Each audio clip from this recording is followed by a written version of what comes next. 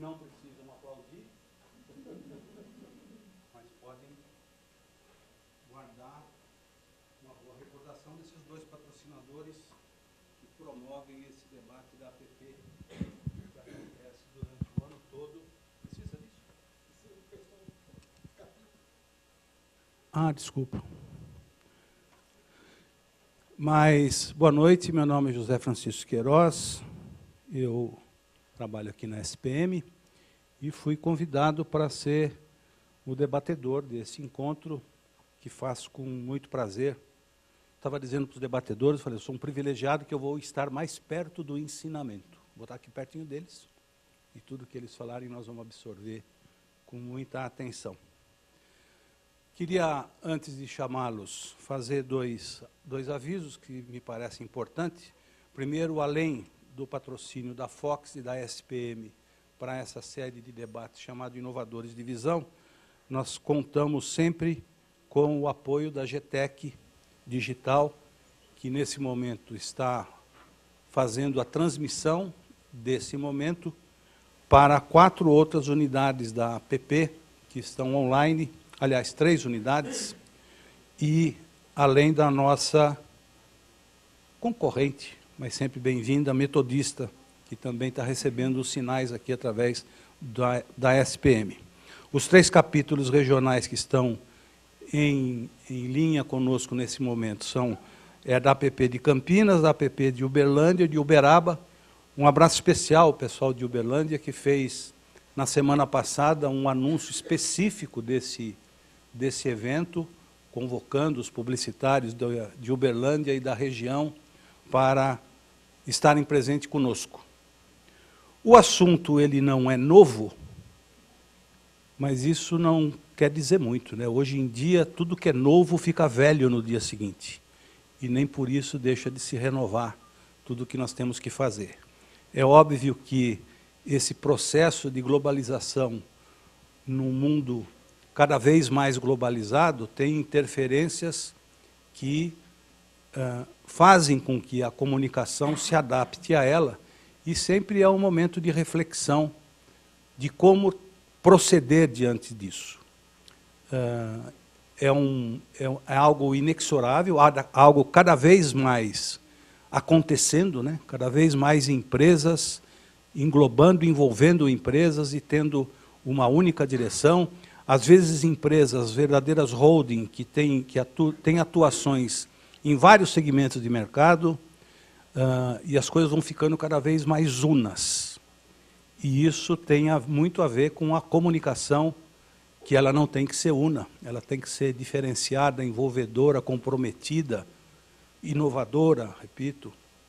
E então acho que esse é um assunto, repito, não novo, mas importante, porque esse é um processo que já começou há muito tempo e que vai continuar por muito tempo. E tivemos a felicidade de trazer aqui 3 pessoas que atuam em campos diferentes, mas que com certeza darão uma contribuição muito boa para nós sobre esse tema. Então, eu chamaria primeiro, eu vou chamar os 3 e depois falo um pouquinho de cada um deles. Chamaria, então, por ordem de cavalheiresco. Chamar primeiro a Silvia Freitas, que é diretora de Relações Públicas Corporativa da Berlitz, Brasil. O Marcelo Zorovich, que é nosso companheiro aqui na SPM, professor de Relações Internacionais e líder do curso de Relações Internacionais aqui da SPM. E um cara pouco conhecido, mas que vocês terão a oportunidade de saber do brilhantismo, da excelência, do competente Luiz Lara.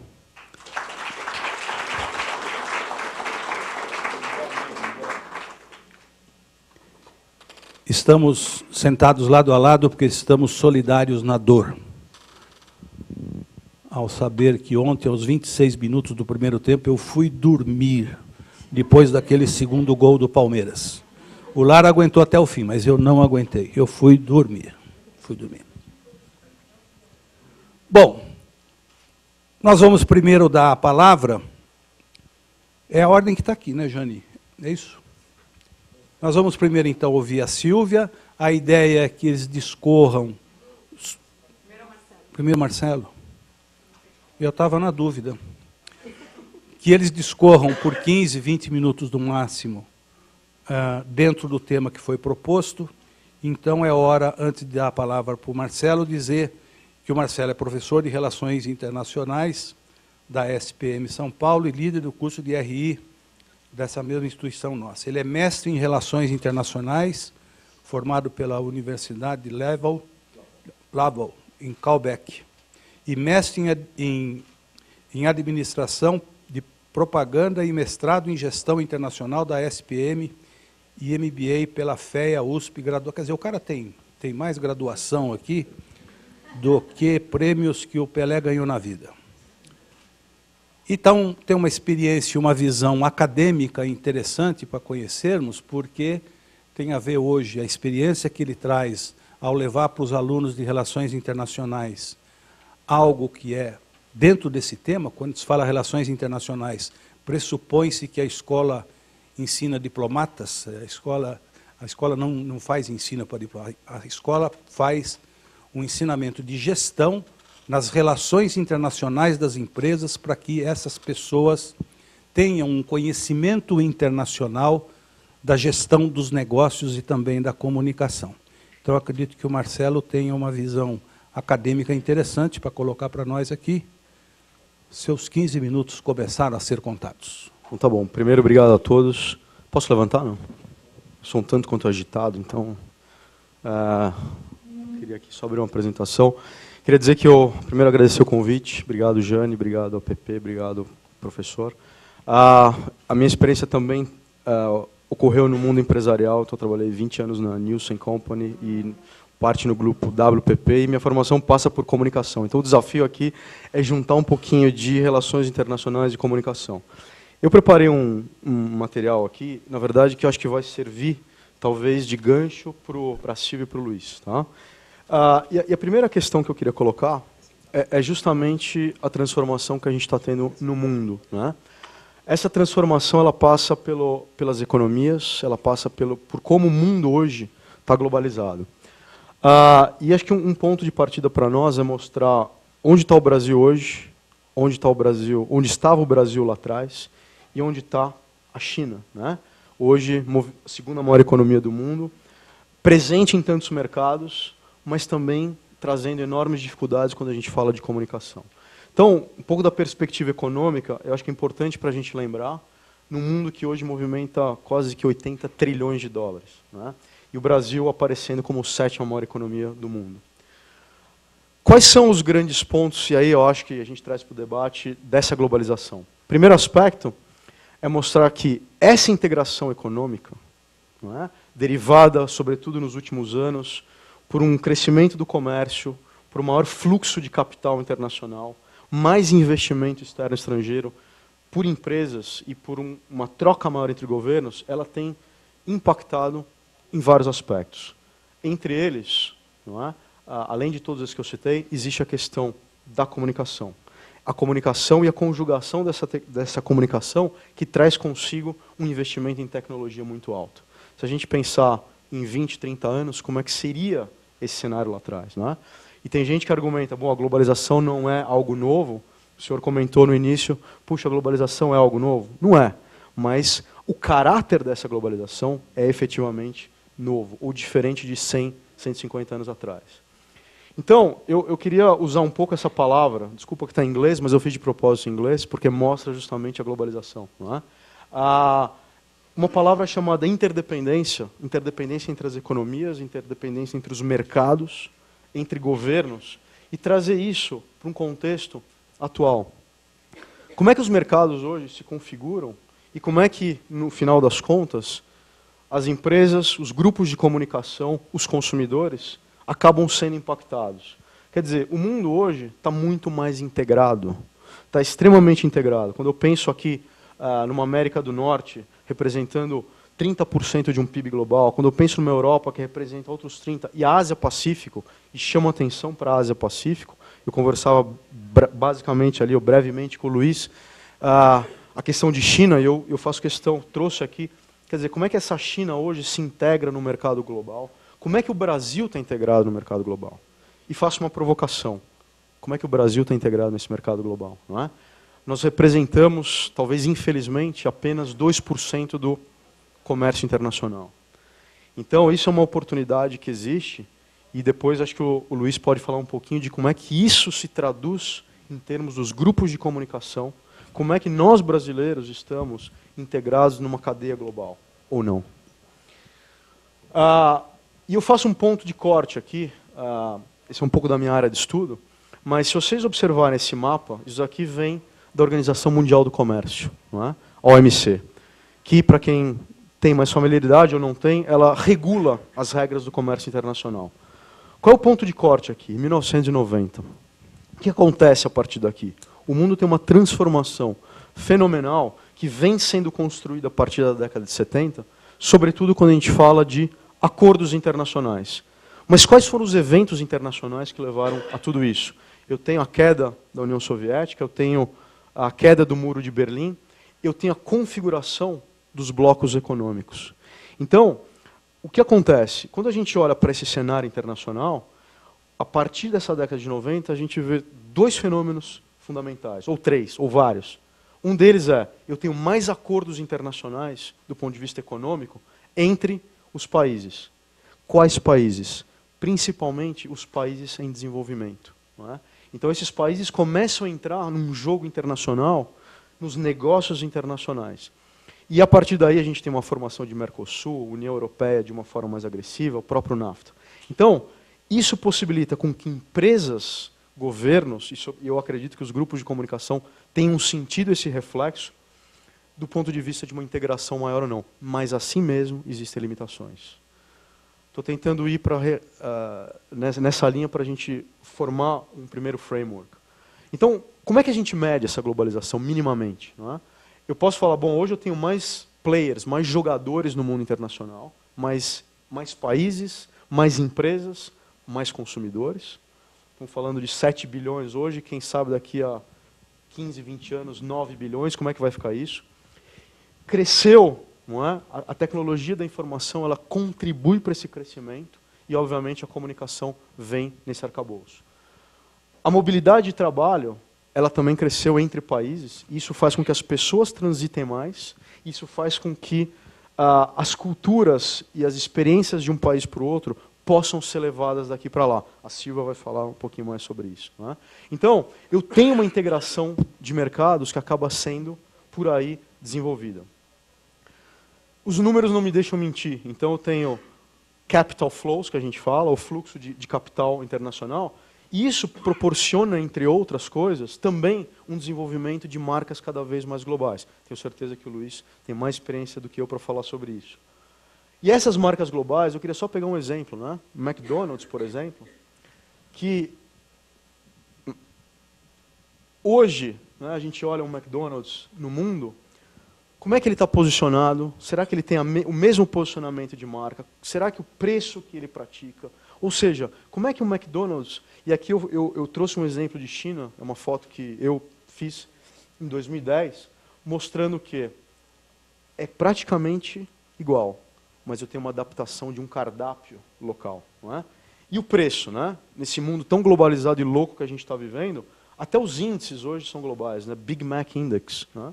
A Venezuela aparece lá em cima, esse número está um pouquinho desatualizado, mas de fato, pelos preços, pelo preço da mão de obra, pelos custos que a China tem, o Big Mac é mais barato lá.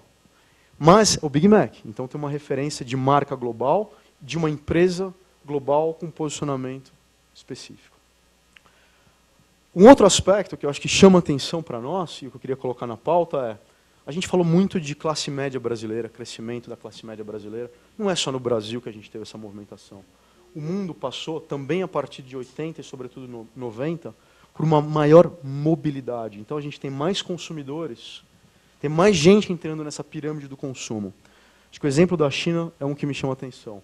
Enquanto o Brasil coloca, sei lá, 30, 40 milhões de consumidores pós-plano real e movimentos sociais, etc., numa pirâmide de consumo, na China a gente está falando de talvez 200 milhões de pessoas no consumo, não é? Em décadas. Mas, enfim, são 200 milhões, é o tamanho da nossa população brasileira. Isso mostra uma mobilidade que acaba refletindo na comunicação, nos mercados internacionais? Quantos indianos estão fazendo MBAs pelo mundo? Quantos chineses estão espalhados por aí? Quantos brasileiros estão no exterior? E por aí vai. Então, eu acho que essa questão global brand, ou global versus local, ela não morreu. Tem seus limites para algumas coisas. Alguém fala mandarim aqui? Bom, enfim, mas indo para a China, né, como é que você decodifica tudo isso? Não é?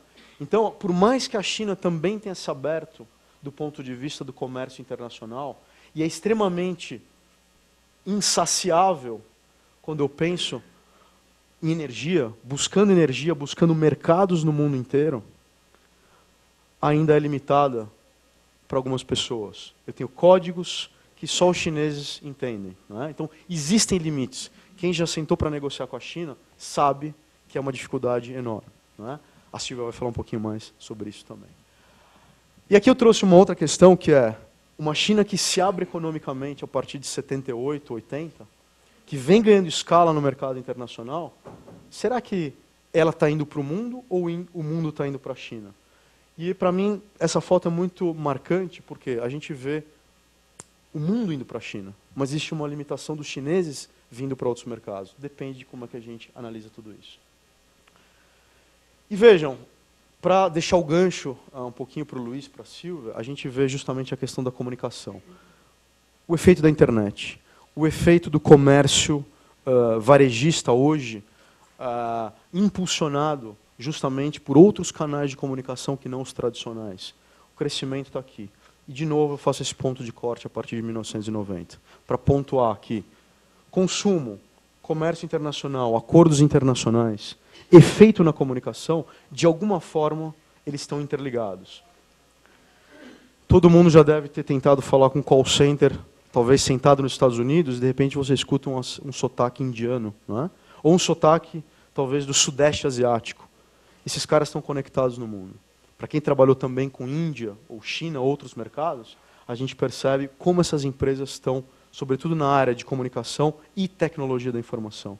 Então, os limites, pessoal, acho que é isso que é a mensagem. Os limites hoje, quais são? Né? A globalização financeira, ela traz prós e contras. Não é?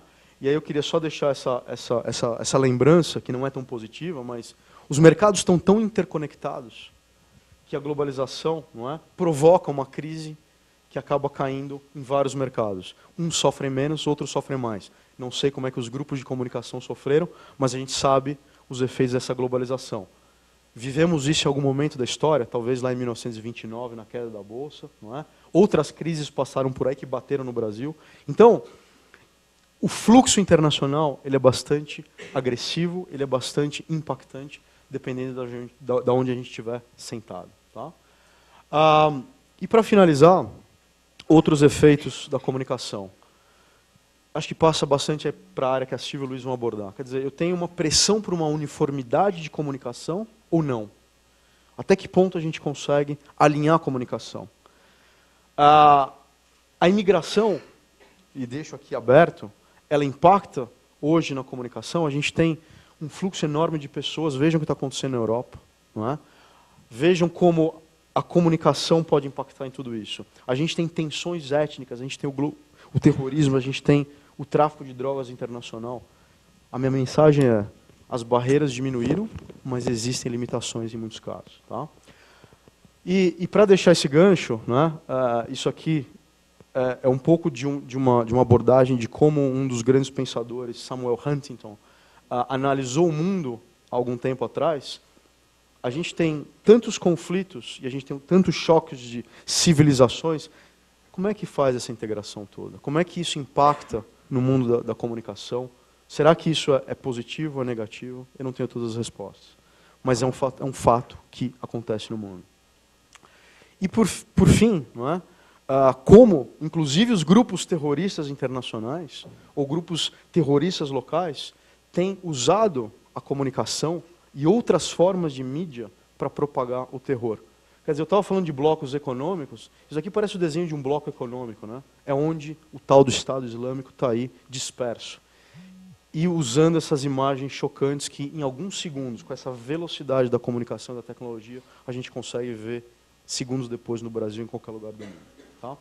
Então, deixo aqui a minha fala nesses prós e contras. Eu acho que tem vários pontos que a gente pode fazer sinapses aqui. Obrigado. Muito bom, professor. Acho que levantou aí questões importantes do seu ponto de vista e conhecimento do lado da relação internacional entre países e para onde está indo o nosso mundo. Eu acho que pode suscitar vários complementos que tanto o Luiz quanto a Silvia poderão dizer. E eu esqueci de dizer, óbvio que nós estaremos abertos para perguntas, vocês escolham a melhor maneira. Se tiver um pedacinho de papel aí, escrevam. Se quiser se pronunciar no final, sintam-se à vontade. Vamos dar a palavra agora, então, para a Silvia Freitas, que é a diretora de Relações Corporativas da Berlitz Brasil. Ela estava me dizendo que a Berlitz tem 137 anos. E eu me lembrei que, em 1910, eu trabalhava numa agência de propaganda que fazia propaganda para a Berlitz.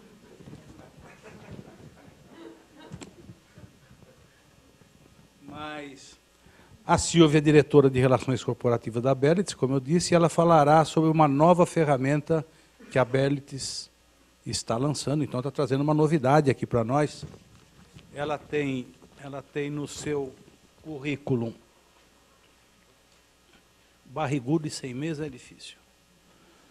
Ela tem em seu currículo, além desse trabalho que ela hoje é responsável, um conhecimento muito grande, porque ela é bacharel e tem licenciatura em língua e literatura inglesa, vai por aí afora, quer dizer, uma pessoa altamente preparada, com conhecimento internacional, trabalhando numa multinacional, e com certeza tem coisas importantes para dizer. Por favor, dona Silvia.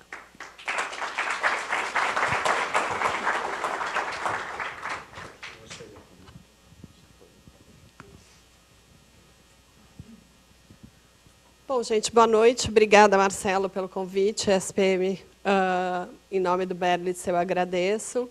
E, na verdade, só para posicionar um pouquinho vocês, o Berlitz sempre, todo mundo conhece, ou é mais conhecido como a escola de idiomas. E, ao passar dos milhões de anos, a gente viu que a demanda das pessoas era justamente trabalhar não só o idioma, mas com a mobilidade e a globalização. Esses executivos que vinham a nós pedindo aulas, eles tinham também a demanda por comunicação, cultura e trabalhar já uma liderança globalizada, preparando times e líderes para atuar globalmente. Então, foi nessa linha que a gente foi desenvolvendo nossos programas. E hoje a gente, então, atua em comunicação, cultura e liderança global. E é justamente cultura e liderança que a gente vai falar um pouquinho hoje com o impacto da globalização. Então, na verdade, entender esse impacto que é o nosso papel quanto a educadores e trabalhar justamente isso, de que o que é esse mercado global, o que eu tenho que fazer, o que eu tenho que entender, o que é diferente do meu, né? Então, é justamente você refletir essa globalização e aonde você, indivíduo, está inserido dentro desse cenário. E, para isso, então, a gente vai falar um pouquinho das forças da globalização, né? Quando a gente fala de globalização, o Marcelo mencionou da tecnologia, os mercados, tem governo, impostos, enfim, tudo isso são as forças que atuam dentro da globalização, impactam você diretamente como empresa, como indivíduo e também como produto que você vai ou lançou ou vai lançar, enfim, tudo isso, tá? O que a gente tem que pensar um pouquinho é que essa jornada da globalização, né? Que antes a gente era doméstico, a gente passa a exportar, de exportar a gente passa a ser internacional, multinacional e global. E o que a gente tem que pensar aqui é justamente que muitas empresas atuam globalmente, mas não pensam globalmente. E essa é o grande desafio é justamente trabalhar essas pessoas para atuarem global. Não adianta você... Tem muitas empresas que a gente vê que se globalizam, que atuam em diferentes países, mas, de fato, ela tem uma cabeça ainda local. E é justamente esse trabalho que a gente tem que fazer, e não é fácil. A gente tem que trabalhar justamente entendendo e percebendo como nós somos para a gente poder mudar, senão você não consegue mudar. Então, para isso, quando a gente fala de cultura dentro do Berlitz, a gente vai falar dos 6 níveis de cultura. Quando a gente fala de cultura, o impacto inicial é: eu sou de um país diferente. Mas cultura não é só isso. A gente traz a nossa cultura individual, essa cultura que a gente trouxe da nossa criação, da escola onde a gente estudou, da religião que a gente foi educado ou traz de família. Enfim, tudo isso vai impactar na sua cultura individual. A gente também tem, além da cultura nacional ou societária, que é a cultura do país, a gente tem prevalecendo aqui a cultura organizacional. A gente vê que isso impacta muito em quem você é. Não importa se você está atuando no Brasil, mas numa multinacional japonesa, chinesa, coreana, americana. Então, isso é que vai trazer muito da sua bagagem, da sua carreira, o impacto organizacional. E isso a gente vê muito forte. Por exemplo, a gente teve alguns alunos... Desculpa, gente. Alguns alunos que falam: eu tenho dificuldade na comunicação com o meu chefe. O que aconteceu? Ele procurou fazer idioma. E aí a gente começou a ver que o problema dele não era idioma, porque ele era super avançado no idioma. O problema dele é que ele vinha de empresas... A maioria das empresas que ele tinha trabalhado eram empresas americanas, onde o foco era resultado, onde o foco era profit, basicamente. E ele foi para uma empresa alemã, muito obrigada, onde essa empresa, ele não conseguia comunicar com o chefe dele. Então, o que a gente percebeu? É que justamente essa comunicação era impactada pela cultura da organização, muito mais do que pela cultura simplesmente somente nacional. Então, o alemão tinha dificuldade de comunicar, mas não era... Os dois eram brasileiros, ou um era alemão, o outro era brasileiro, mas, enfim, a dificuldade era justamente em diferenças culturais aqui. Tá? E aí a gente tem de funções, de grupos de identidade, enfim, é parar para pensar o que está impactando na sua comunicação, se é de fato a cultura ou se é de fato o idioma, que muitas vezes também é o idioma, obviamente, que nem aquela placa que o Marcelo mostrou. Né? Só que aí não adianta a gente decorar, né, os padrões que a gente tem que seguir com um chinês, ou com um alemão, ou estereotipar essas culturas e seguir dentro dessa linha. O que a gente precisa é entender essas diferenças e trabalhar essas diferenças. E, para isso, é que a gente vai trabalhar, então, o autoconhecimento, para que esse autoconhecimento você possa conhecer o próximo, para que você conheça a cultura, que você entenda essa diferença e que isso traga uma atitude aberta para que você consiga, de fato, mudar. Tá? E, para isso, a gente traz um modelo de orientação cultural, que é para estabelecer uma linguagem comum entre essas pessoas e fornecer uma visão das diferenças nas práticas da globalização. E aqui é onde a gente vai entrar com o modelo que alguns dos alunos do Marcelo já estão fazendo esse assessment, é um assessment que a gente faz, que são as preferências da sua orientação cultural, indica como é que você prefere interagir com pessoas, não tem certo ou errado, não tem ser, ele é estar, eu prefiro daquela maneira. No entanto, eu vou conhecer como eu sou, como eu interajo, os estilos de interação e os estilos de pensamento. E dentro disso, então, eu posso me comparar e comparar com outros colegas, outros países. O que acontece, então, desculpa, gente, que você pode ver que, se você compara México com os Estados Unidos, você tem várias diferenças dentro do estilo de interação, por exemplo. Então, quais os impactos que isso pode acontecer?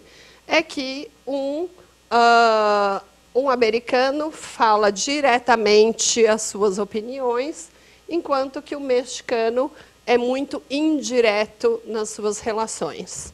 Ou é muito hierárquico, que vocês vão ver que tem a parte de hierarquia e tudo mais. Isso tudo é um impacto muito grande quando você está se comunicando, e quando você está se comunicando com diferentes países, ou tem times globais e virtuais, isso complica muito mais, né?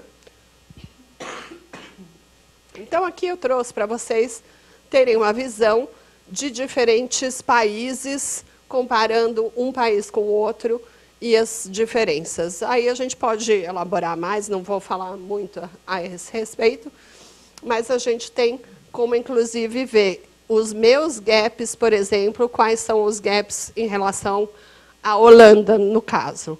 Mas isso é muito importante quando a gente está falando de, por exemplo, um holandês com um chinês fazendo negócios, onde o holandês, genericamente falando, ele adora um confronto. Tem algum holandês aqui? Adora um confronto, uma discussão, entrar no argumento e tudo mais. E já um japonês ou um asiático, normalmente, ele jamais vai entrar discutindo ou numa divergência de opinião dentro de um ambiente público, numa reunião, numa negociação. Então, é justamente nestes casos que a gente tem que saber a outra parte, o que a gente está, com quem que a gente está lidando, para a gente poder justamente adaptar o estilo do outro que a gente está negociando, tá? Eu posso também comparar a mim mesmo com o país. Por exemplo, aqui eu coloquei Brasil, só para vocês verem que nem sempre você, sendo brasileira, você pode ter gaps com o seu próprio país. Por quê? Porque, muitas vezes, por interagir com diferentes países, acaba que eu passei a ser diferente nas interações. E aí você vê um gap cultural, no caso de particularista e universalista. Por exemplo, a maioria dos brasileiros se encontra aqui, e eu aqui, e a gente vê qual é o gap que a gente pode ter.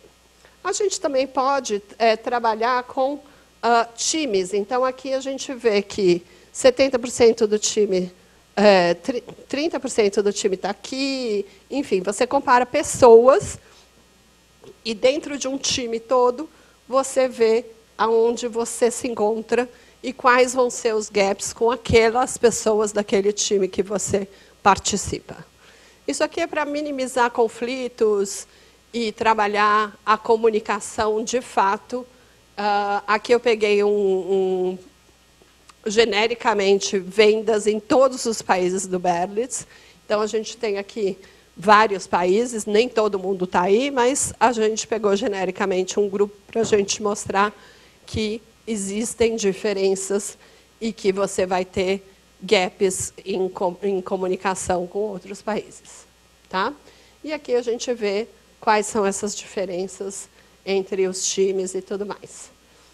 O que é importante, gente, então, assim, os impactos da cultura na comunicação é justamente que muitas vezes a gente pensa que a gente está falando alguma coisa e que as pessoas estão entendendo aquilo que você está falando, mas, de fato, por exemplo, uma coisa bem simples, se você vai para Portugal e pede bacon e continua fazendo as suas compras e não percebe o que a pessoa está pegando, você vai chegar em casa com um monte de presunto.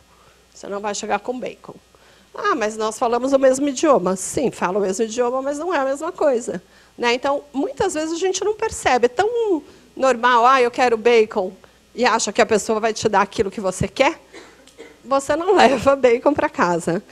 Isso é um exemplo muito simples, mas é um exemplo que acontece todos os dias com pessoas que falam português entre eles. Não precisa nem falar outro idioma. Quantas vezes a gente vê conflitos por conta de comunicação que a pessoa não entendeu aquilo que você quis dizer? A percepção justamente cultural, ou seja, você entender as diferenças culturais, como Holanda e Japão, sentando numa negociação que não vai existir um confronto com os japoneses, por exemplo. Body language é muito importante. A gente vê muito isso em negociações, em reuniões com times multiculturais de várias nacionalidades, onde pessoas, inclusive, muitas vezes não pode nem mostrar a sola do sapato, né, Marcelo? Em alguns países, se você mostra a sola do sapato, quer dizer que você está trazendo toda a sujeira, você está expondo aquela pessoa a sujeira que vem da rua. Então, são coisas básicas, mas que a pessoa acaba não conseguindo prestar atenção no que você está falando. Ela está prestando atenção na sua sola de sapato, infelizmente. E diferenças de tempos, muitas vezes. Tempo, e não é só de tempo, o tempo do relógio, mas o tempo de como cumprir tarefas e se comprometer com prazos e pessoas do que deve ser feito. Então, são alguns pontos que eu coloquei aqui que impactam muito na comunicação e que a gente tem que prestar atenção com a globalização. Ok? Então é isso.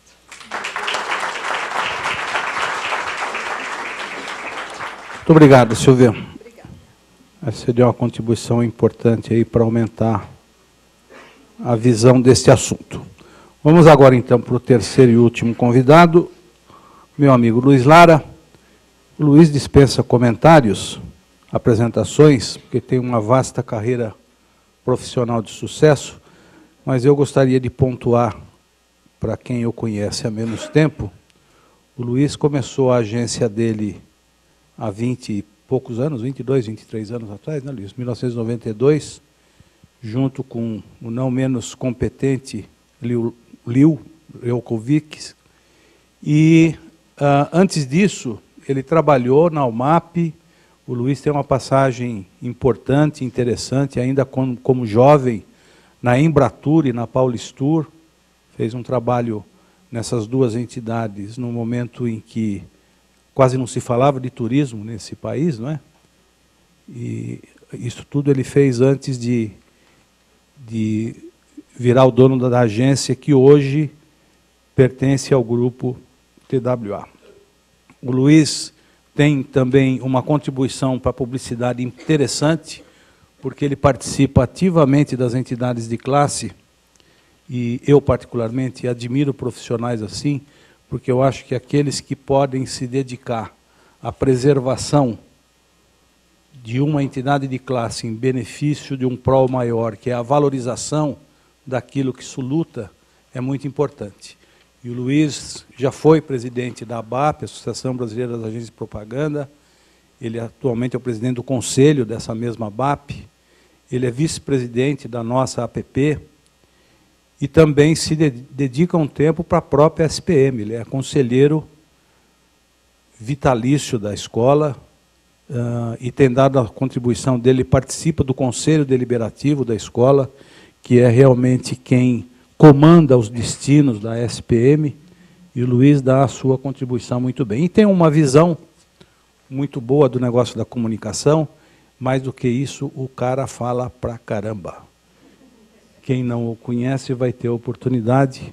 Eu vou dar 15 minutos para ele, vou ficar chutando a canela dele, que ele fala mais do que os 15 minutos. Vamos lá, Luiz.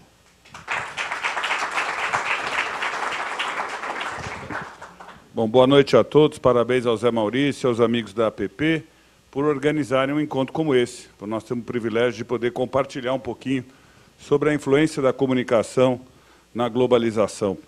O Zé Francisco sabe que eu só estou aqui por causa desse convite, que eu estou de luto, depois da performance do São Paulo de ontem.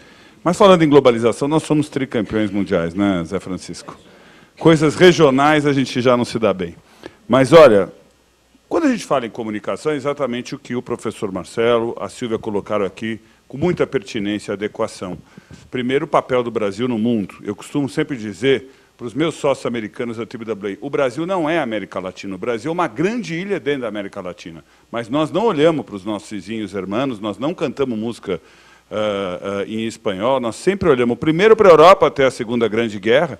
A minha mãe foi educada em francês, ela era uma caipira que achava que era francesa, e depois da Segunda Grande Guerra, olhamos para os Estados Unidos, olhamos para a América, ou seja, nós nunca olhamos para os nossos irmãos. Aqui a gente não matou índio e preto, a gente resolveu mixar e misturou tudo, e essa mistura e essa flexibilidade que está na essência da nossa cultura, está na nossa essência do nosso jeito de ser e de fazer, e qualquer estratégia global de comunicação tem que respeitar o jeito de ser e de fazer e a cultura local. Tem que respeitar os hábitos e atitudes dos consumidores locais. Porque, como diz Woody Allen, a gente não mora num país, a gente mora numa rua. Melhor dizendo, a gente mora num quarteirão. Melhor dizendo, a gente mora num bairro. Melhor dizendo, moramos numa cidade. E nos reconhecemos, disse isso outro dia numa palestra que o Zé Maurício estava presente, como já dizia Vinícius de Moraes, eu me reconheço nos meus amigos. Então, todo o mundo, todo cidadão do mundo, no fundo, por mais globalizado que ele pensa que ele é provinciano. Ele vive e se reconhece naquela comunidade. Até porque, disse isso outro dia, o ser humano, desde que nasce, busca 3 coisas. Acolhimento, a gente sai da barriga da mamãe, a gente quer ser acolhida pelos pais, para atender primeiro as necessidades funcionais mais básicas, amamentar, usar fralda. Depois, a gente começa a se sentir gente, a se reconhecer, vai para a escola, quer pertencer a um grupo. Depois, no clube, ou na rua, ou numa comunidade, nós, além da sensação de acolhimento, queremos ter a sensação de pertencimento.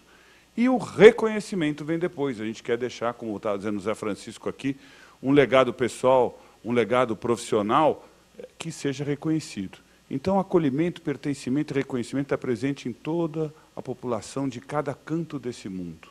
E o brasileiro é um povo extremamente flexível, que nos torna muito competentes, se pode ver, quando o brasileiro é educado e preparado, o que nós temos é um problema de mais educação para o nosso povo. Mas quando o brasileiro é empoderado e trabalha numa empresa multinacional, pode perceber que a boa parte deles, Silvia está aqui para me corrigir, se ele tem a conseguir vencer o desafio da língua e entender o mindset, ele é competente e vai brilhar.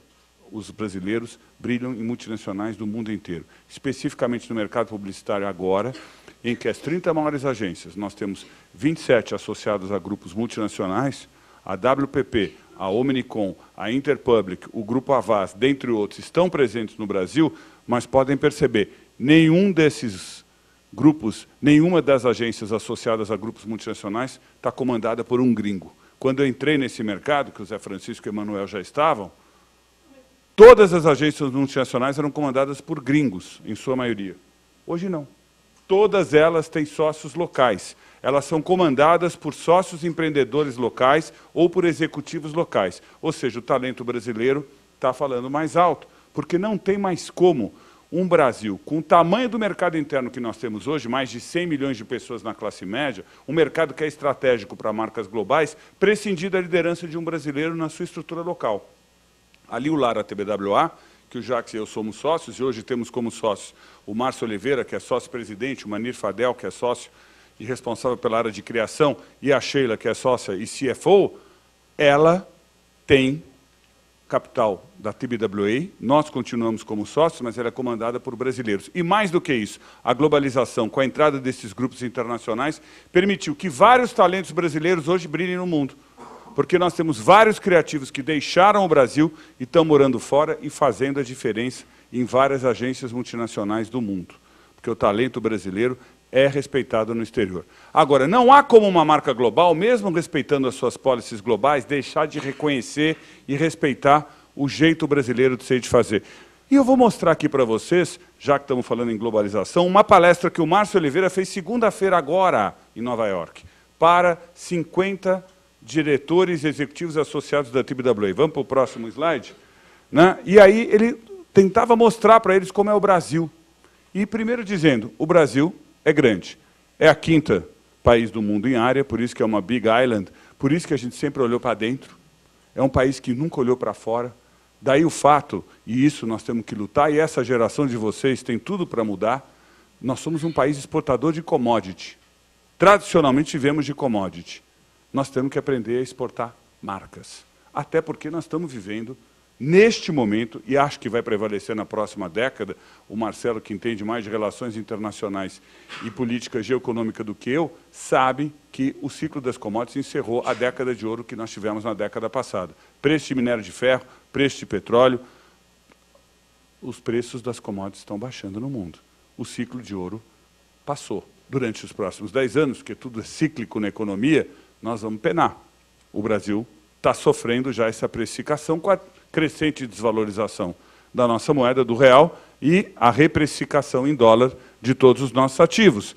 Por isso que nós temos que aprender a exportar marca, fazer o que a Alpargatas faz com a Havaianas, fazer o que a Natura começa a fazer em vários mercados da América Latina e da Europa. Esse exemplo, ainda são muito poucas empresas brasileiras que efetivamente são globais. A maior parte, a Silvia colocou muito bem, ainda é empresa exportadora ou ainda é uma empresa internacional. Ela não tem um pensamento global, um planejamento global, um mindset global. Nós somos o 5º maior mercado de celulares do mundo. Temos 230 milhões de celulares. E o mercado de smartphones já está com 70 milhões. E cresce. Nós somos o 4º maior mercado automotivo. Mesmo com a crise, mesmo com o ajuste fiscal, mesmo com o ajuste econômico desse ano, mesmo com a eventual recessão que nós vamos viver nos próximos trimestres, com a crise política institucional, o Brasil hoje tem uma capacidade de produção de 5 milhões de automóveis e vende 3 milhões e 200 mil carros por ano. Nós somos o 4º maior mercado aí em Pepsi, Coca, Guaraná, e nós fizemos uma companhia local no mercado de cerveja se tornar uma companhia mundial. Nós somos o 3º maior mercado de computadores. Nós temos a 3ª maior população que acessa Facebook. O brasileiro fica, em média, 5 horas e 50 minutos no Facebook. Nós adoramos interagir, adoramos estar conectados e adoramos as redes sociais. Nós somos o 3º maior mercado em cosmética, o 2º em maquiagem e o 1º em desodorante. Aí é um mundo já que o nosso Zé Maurício trafega melhor, né? Nós somos o 2º maior mercado executivo em private jets e helicópteros. Né? O Zé Maurício, por exemplo, para se deslocar para São Paulo, só com o helicóptero pessoal dele. Essa companhia aqui, que era a Brahma em 89, se uniu à Antártica em 2000 e se tornou Ambev, que se tornou Embev, que comprou a Burger King, que comprou a Heinz, que comprou ontem a Kraft, e se tornou uma companhia global de 260 bilhões de dólares, comandada por 3 brasileiros, Marcel Telles, Beto Sicupira, Jorge Paulo Lemann, que tem o Bernardo Riz como principal executivo dessas empresas, que criou uma geração de brasileiros. Hoje o Burger King é presidido pelo Alex Macedo. Né? A Kraft, eles vão fazer outro choque de gestão, está passando uma cultura de gestão, eficiência, competitividade, a ponto do Warren Buffett, um rapaz que só tem 77 bilhões de dólares e é considerado o maior investidor do mundo, dizer: eu coloco dinheiro em qualquer empresa comandada por esses brasileiros. Está vendo como nós somos competentes? E esses caras que estão comandando, o Bernardo Riz, foi bancado pela Fundação Educar do Jorge Paulo Lemann, que era um jovem que não tinha dinheiro para estudar, e ele bancou. É só dar educação para o brasileiro que ele chega lá. Porque nós temos aquela flexibilidade única, talento único, capacidade de trabalho total. É só dar empoderamento. Olha o que esses caras fizeram. Hoje, marcas americanas são marcas desse grupo. De um grupo que hoje se tornou uma multinacional. E eu não vou nem falar de BRICS, porque eu achei que o BRICS é uma expressão muito forte de um economista, mas são realidades muito díspares. Eu prefiro falar um pouco mais do Brasil, como o Márcio falou lá em Nova York, sobre essa capacidade que nós temos de mixar, de mixar. Isso é um talento único, gente. É aquela frase do Chico Buarque na música lá, o meu pai era baiano, meu avô pernambucano. Nós não sabemos se nós somos preto, branco, índio, e não vem você dizer que a tua árvore genealógica da sua família é pura, que você sabe até o seu tataravô o que aconteceu. Não começa a perguntar, a investigar muito, não, porque o brasileiro gosta de mixar, e isso que nos faz um povo feliz. Nós somos todos mulatos, somos todos cafusos, nós não temos war, nós não somos como os holandeses que queremos brigar, nós somos o povo do and, nós somos o povo do if, nós vamos junto, nós vamos com você. Aqui a gente gosta de fazer o acolhimento, de fazer o pertencimento e de fazer o reconhecimento juntos. Tanto que nós criamos o futevôlei, gente. Depois que o Romário ganhou uma Copa do Mundo, além de virar senador da República, candidato a prefeito do Rio de Janeiro, ele criou um legado único. Que é esse?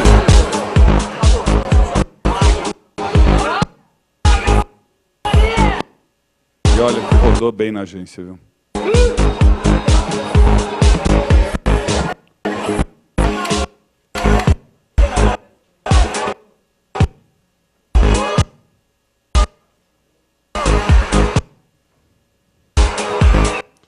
Os gringos lá na segunda-feira ficaram loucos de ver como é que o futevôlei vira isso. E depois, aí tem o jogo do futevôlei, que todos vocês já conhecem. Como é que a gente mistura cabeçada com chute, com bola e tudo. Então, a gente mistura barbecue com sushi. Na maior tranquilidade, com uma alegria enorme. E transforma isso num grande momento de celebração. A gente tem, na nossa principal bebida, a caipirinha, a mostra de que nós adoramos mixar, que nós adoramos misturar. Capoeira é o quê? É luta, é dança, é folclore, não cabe definição. É tudo isso ao mesmo tempo, e é cultura. Né?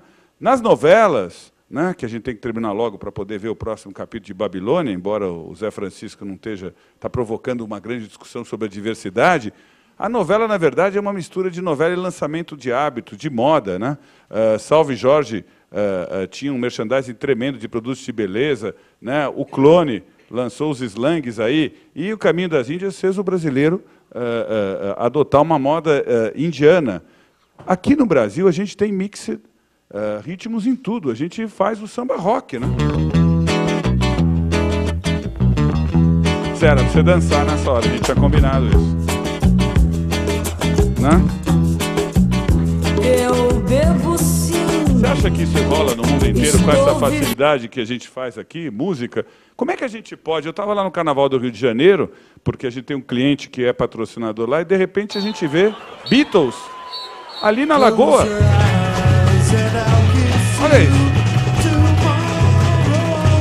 Me desculpem os ingleses do Império Britânico, que se acharam globais antes de nós. Eles não foram capazes de fazer isso. Ninguém coloca 1,5 milhão de pessoas na rua de forma pacífica no Carnaval da Bahia, ou 2 milhões de pessoas nas praias, como nós fazemos todo ano no Réveillon, no Rio de Janeiro, sem quebrar uma vidraça sequer, de uma forma pacífica. Se a gente soubesse embalar e vender isso, nós seríamos bilionários, porque nós fazemos com uma facilidade única. Como fazer uma manifestação política, como fizemos no dia 15, de uma forma pacífica. Tem violência em cada canto, em cada esquina, na periferia, mas nós sabemos, somos o único povo do mundo que sabe reunir multidão de forma pacífica. Porque eu estava na final da Copa de 94, quando o Brasil ganhou lá em Los Angeles, no estádio Rose Bowl da Itália, e nós éramos ali 50 mil brasileiros e tentamos ficar comemorando em frente ao estádio durante 3 horas. Fomos retirados a cacetetes. E os americanos tensos, porque a gente estava celebrando muito, eles nunca tinham visto aquilo. Né? E o Brasil é um Brasil que, além de mixar, é um Brasil para exportação. Nós temos uma carência de ídolos nesse país. Mas temos Pelé, temos Senna, temos ela maravilhosa, 34 anos, a nossa eterna Gisele Bündchen.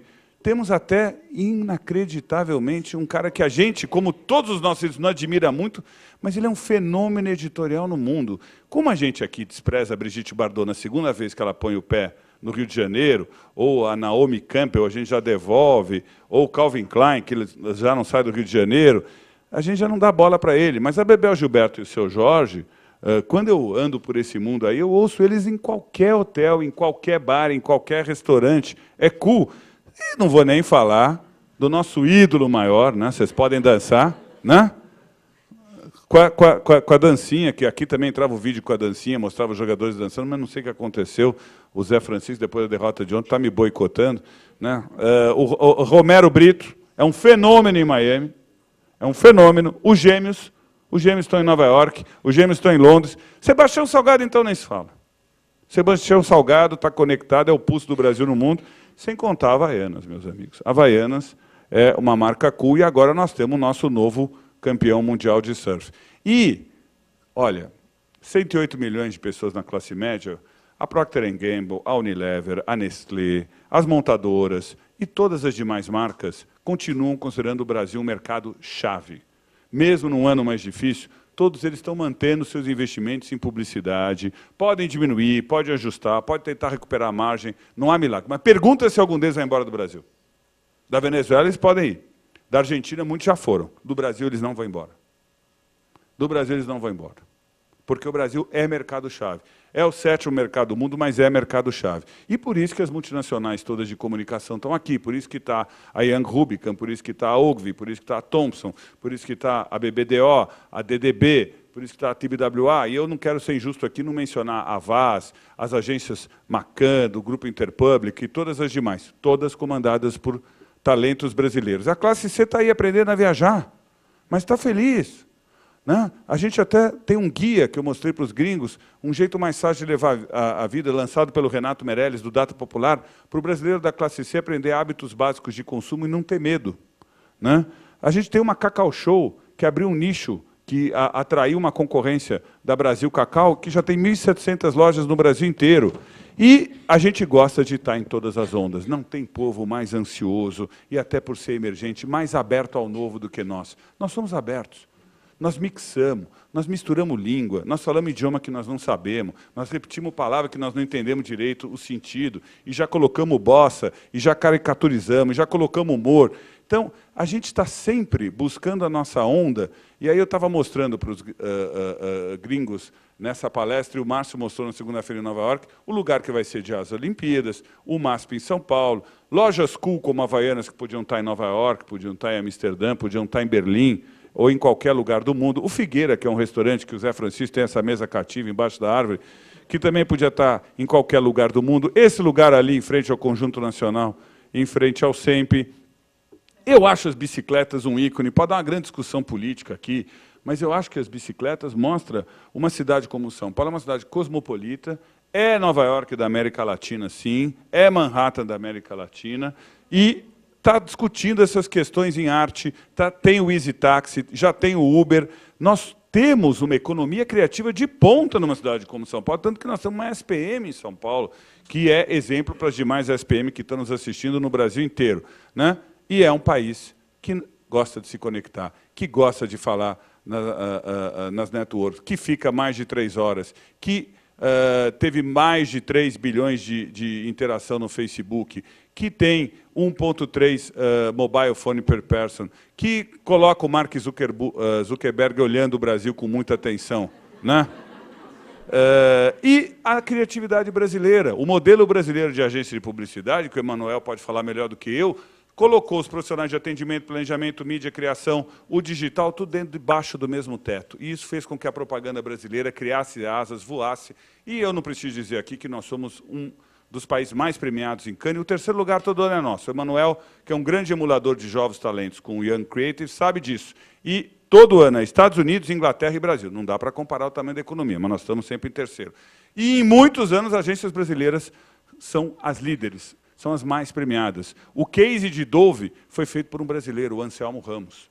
É um case mundial. Isso para não falar das várias vezes em que a Almar BBDO, DM9, DDB, o Washington Oliveto ganharam prêmios em Cannes, sem falar no Liu da Liu Lara. Nós temos o privilégio de ter no Grupo TBWA a Media Arts Lab.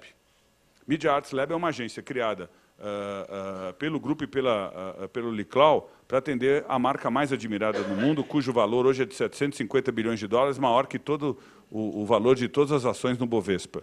E nós tivemos o desafio que a Media Arts Lab cuidou, de fazer uma adaptação de uma campanha global da Apple. A Apple se destaca pela simplicidade das suas campanhas, das suas mensagens. E nós fizemos, contratamos o Alexandre Nero, aquele mesmo do Império, que vocês estão sentindo tanta falta dele, para fazer, eu peço para rolar aí o vídeo desses comerciais do iPhone.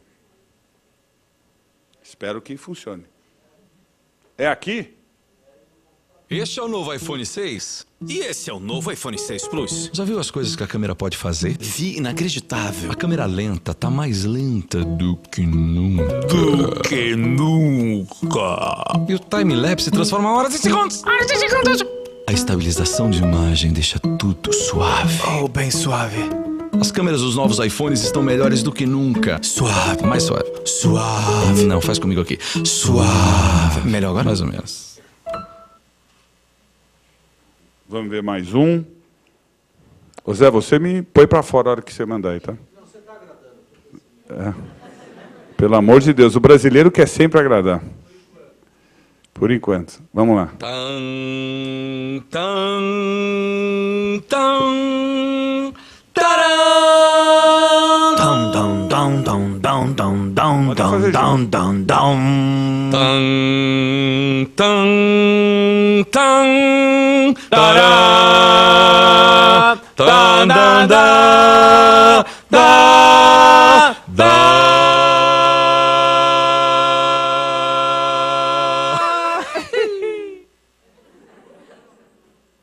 Vamos ver mais um. Este é o novo iPhone 6. E esse é o novo iPhone 6 Plus. São os maiores iPhones até hoje. São gigantes. Isso, mas o tamanho é só o começo. Mesmo eles sendo gigantes. Tá, mas eles podem mudar o jeito que você vê o mundo. Gigante.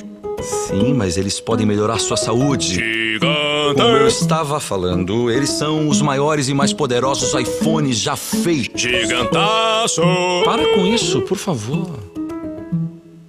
Gigante.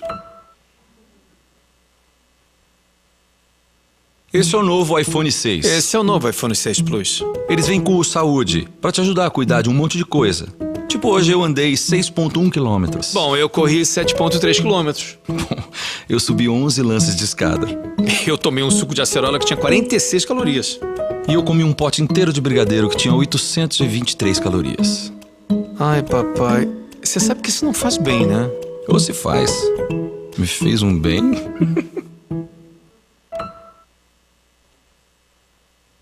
E essa campanha que está nas ruas, que a TWA Media Arts Lab teve o privilégio de colocar, que mostra fotos de iPhone que cada um de vocês tiraram e que estão exibidas nas ruas, uma campanha muito bonita, que é exatamente aquilo que hoje é a linguagem mundial da propaganda. Isso é uma policy global, todos queremos ser protagonistas. E tratamos marcas como pessoas. E nos identificamos com as marcas que nos valorizam enquanto protagonistas. No momento em que eu coloco as fotos que vocês tiraram no iPhone, seleciono e espalho pelo mundo, e essa campanha é global, a gente conversa com cada um, com cada cidade, com cada nacionalidade. Essa é uma campanha que trata as pessoas como protagonistas, porque a Apple é muito mais do que a tecnologia, a revolução em design, o jeito fácil de usar. A Apple é uma paixão, onde a sensação de acolhimento, pertencimento e reconhecimento é total. Senão as pessoas não iriam para a fila comprar um Apple para ser o primeiro a comprar o iPhone e passar a noite lá. Ou seja, isso é um sentimento de pertencer a uma tribo diferenciada, de ser reconhecido por esse sentimento, de estar acolhido por uma marca. E é dessa forma que nós temos que posicionar outras marcas, e esse é o nosso trabalho. Como nós temos o desafio hoje de trabalhar com uma marca local, uma marca global, como Nissan, que é a 7ª maior montadora do mundo e que tem só 2,2% de market share em São Paulo, mas é patrocinadora das Olimpíadas no próximo ano no Rio de Janeiro, e ela quer crescer em market share e tem bons produtos para isso, porque abriu uma fábrica no Brasil, no Rio de Janeiro, quer vender Marte, quer vender Versa, quer vender Sentra, e aí a gente tem que respeitar as policies globais de ser uma marca japonesa mais ousada que as concorrentes, ser uma marca que traz inovação, mas isso, a policy global, tem que estar presente desde um filme de varejo até um filme para anunciar a nova fábrica. É isso que nós vamos mostrar. Policy global, molho brasileiro. Eu passei a minha vida toda correndo, mas hoje é você que vai correr até uma concessionária Nissan. New Mart 2015 com taxa zero em 36 vezes e apenas 399 mensais. Um compacto completo, com câmera de ré, direção elétrica e GPS integrado. Toda a tecnologia japonesa produzida aqui na fábrica da Nissan no Brasil. Passe em uma das 160 concessionárias Nissan, faça o test drive e garanta já o seu. Corre aí, bicho, acelera esse passo. Esse comercial tem que vender, ele tem que respeitar a policy global da marca e ele tem que estar com uma linguagem local e adequada às policies globais da marca, como esse da fábrica. Quando foi que puseram um ponto final na criatividade? Alguém inventou o único jeito certo de fazer? Você assinou o documento que obriga todo mundo a ser igual? Nós da Nissan, não.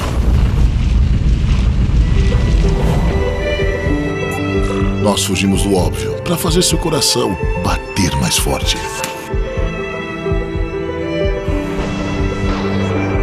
A Nissan faz diferente para você sentir diferente.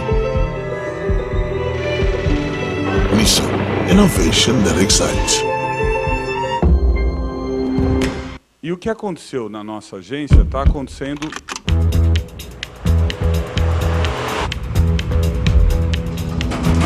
A criatividade não pode ter limites. Porque só assim ela tem o poder de emocionar. Mas decidiram que o igual era bom.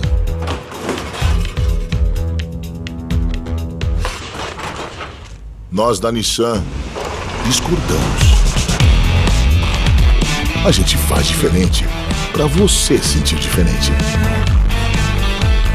Novo Sentra, um sedã feito do zero.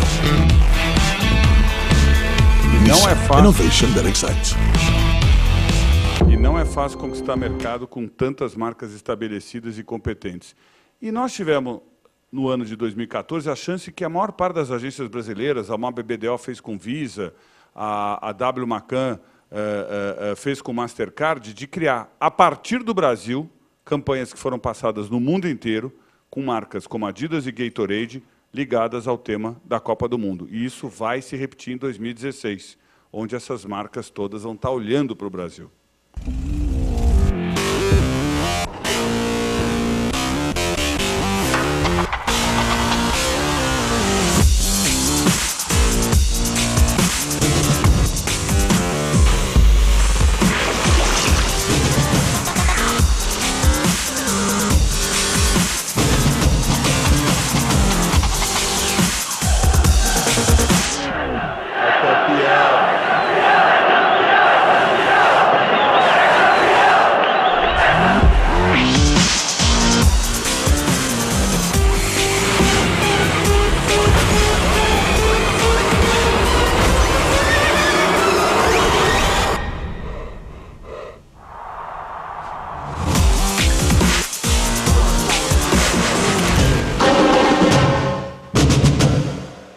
Gente bem que avisou, hein?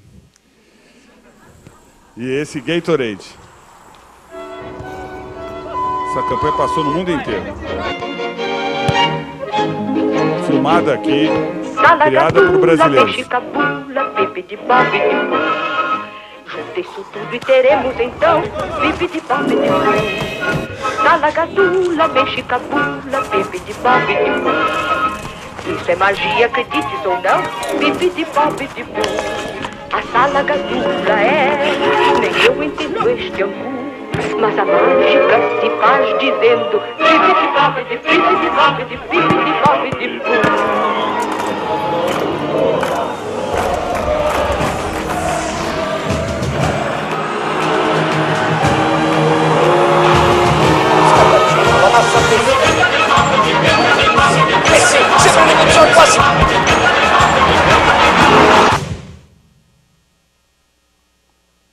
E esse é um projeto premiado porque nós tivemos uma ideia aqui no Brasil e desenvolvemos junto com o Thiago Pin da Gatorade.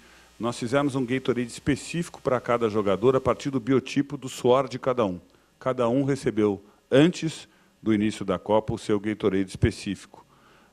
Ou seja, não, o 7, na verdade, antecipou um pouquinho o que nós estamos vivendo, esse momento duro mas o Brasil é muito maior do que o 7-1, como o Brasil é maior do que esse momento difícil que a gente está passando. Acho que o brasileiro tem uma habilidade, uma competência única para brilhar no mundo. O que nos falta é visão global, porque, historicamente, nós olhamos para dentro, porque nós tivemos sempre um grande mercado interno, e agora temos mais do que nunca, e abrimos o mercado, e isso foi bom, para as grandes empresas globais entrarem. E hoje, essas empresas reconhecem no Brasil um mercado-chave. Tanto é que, no crescimento chinês que o Nordeste teve na última década, elas desenvolveram marcas, produtos e embalagens específicas para o consumidor do Nordeste, numa linguagem específica local, sempre respeitando as policies globais, mas elas reconheceram. Hoje, nós temos a oportunidade de termos nas agências brasileiras, repito, talentos criativos que podem trabalhar no Brasil. Hoje, para não ficar falando da minha agência, tem vários profissionais espalhados pelo mundo. O Anselmo Ramos, que fez o Case Dove na Ogilvy, hoje trabalha em Miami e cuida do Burger King lá. O mundo ficou pequeno, o mundo está conectado. A tecnologia aproximou a realidade da realidade virtual. O WhatsApp fez 1 milhão de pessoas irem numa manifestação e fez aquele vídeo do panelaço, do programa, do talk show americano, entrar no celular de todos vocês. Vocês sabem o que eu estou falando. Todos vocês deram risada com aquilo. O mundo é transparente, o mundo é conectado. E isso vai acelerar essa sensação de acolhimento, reconhecimento e pertencimento. Vai permitir que os brasileiros sejam mais protagonistas.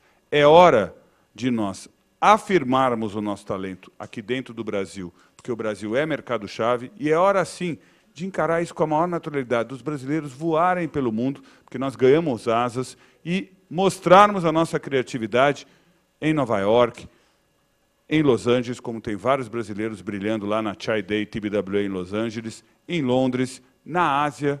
Outro dia eu estava em Dubai, no Encontro Mundial da TBWA, cheguei na agência lá, 3 brasileiros trabalhando lá. Eu confio muito na nossa capacidade e eu não tenho nenhum receio da globalização. Pelo contrário, acho que o professor Marcelo abriu muito bem aqui dizendo o Brasil ainda é pouco conectado e pouco inserido na economia global. Se abrirmos mais, nessa troca, nós vamos vencer. O protecionismo é que tira a nossa competitividade, o protecionismo é que faz o brasileiro embotar. Eu não tenho dúvidas que a propaganda já é uma atividade de primeiro mundo no Brasil. É a indústria de ponta da economia criativa e já é uma indústria globalizada. E vai ser cada vez mais alicerçada no talento brasileiro, na nossa criatividade, no nosso jeito de ser. Nós precisamos empoderar cada vez mais os nossos profissionais. E espero que muitos de vocês tenham essa experiência. Obrigado e desculpe ultrapassar o tempo.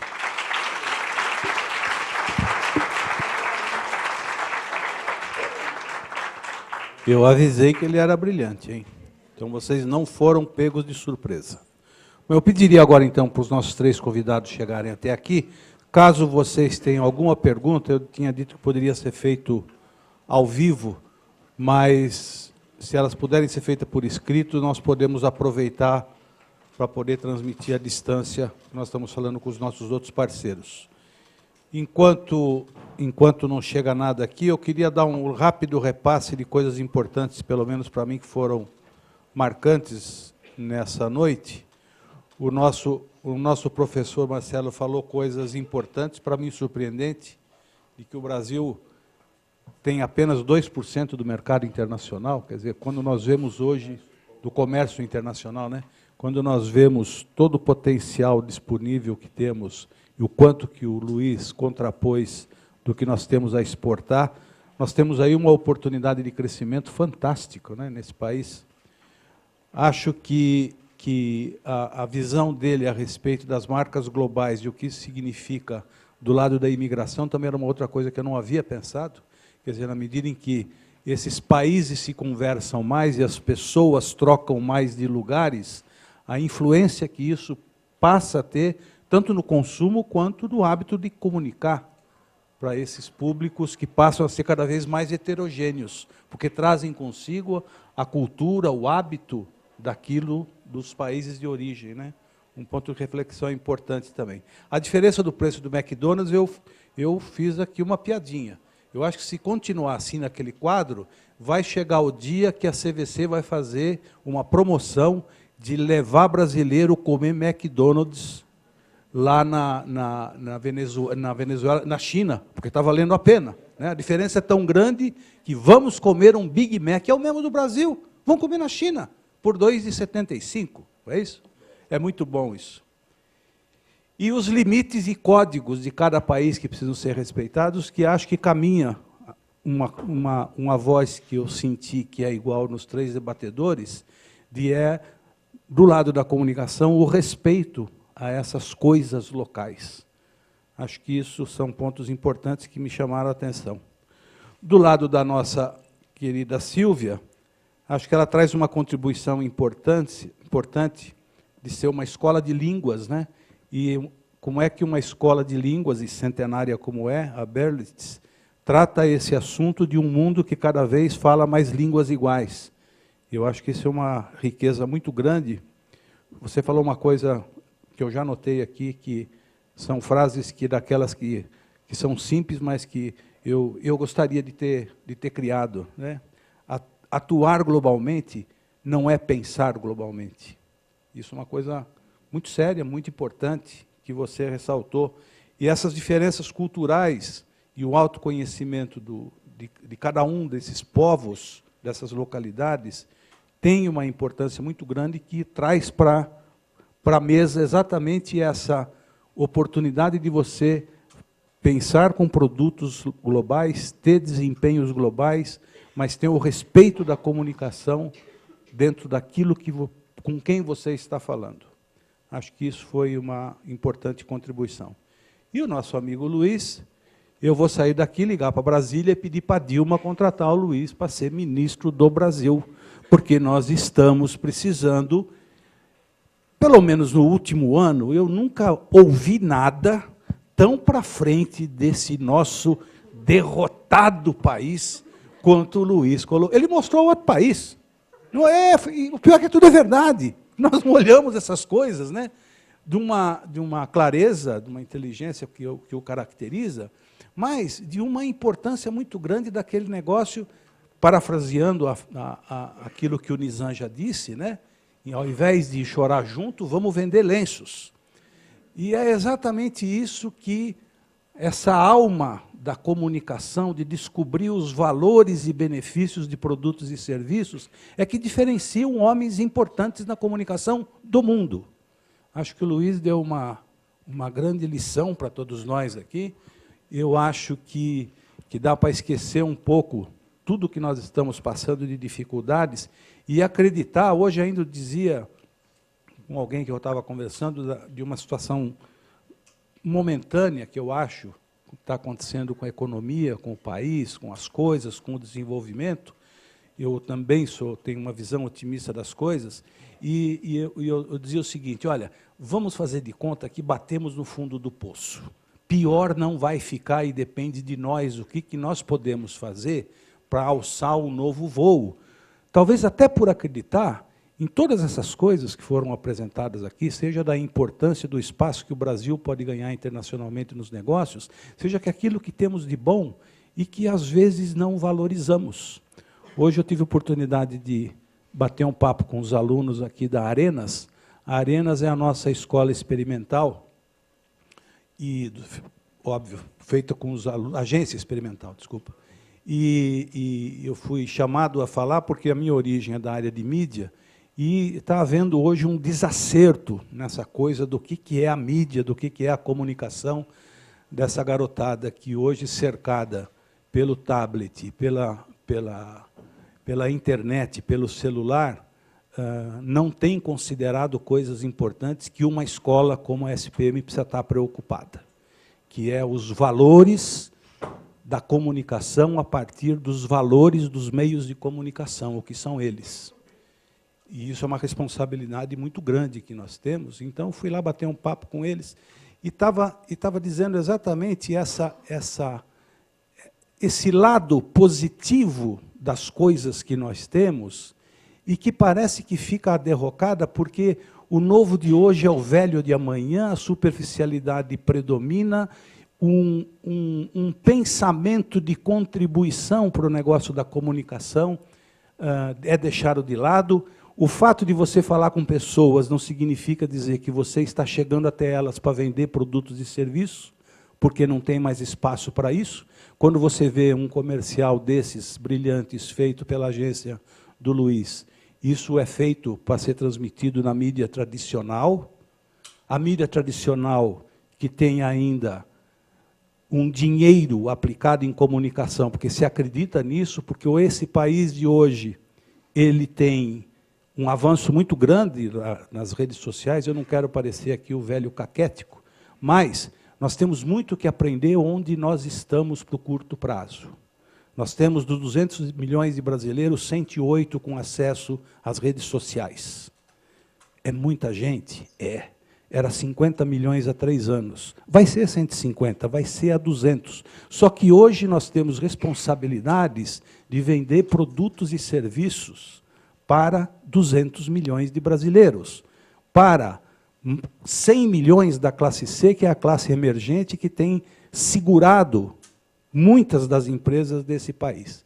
E essa garotada não vive um pouco isso, então eu fico muito satisfeito quando eu vejo esse outro lado bom da laranja, porque realmente são coisas que existem, estão aí, sabemos valorizar. Eu dizia para os garotos o seguinte: vocês já perceberam como faz falta uma empregada na casa da gente?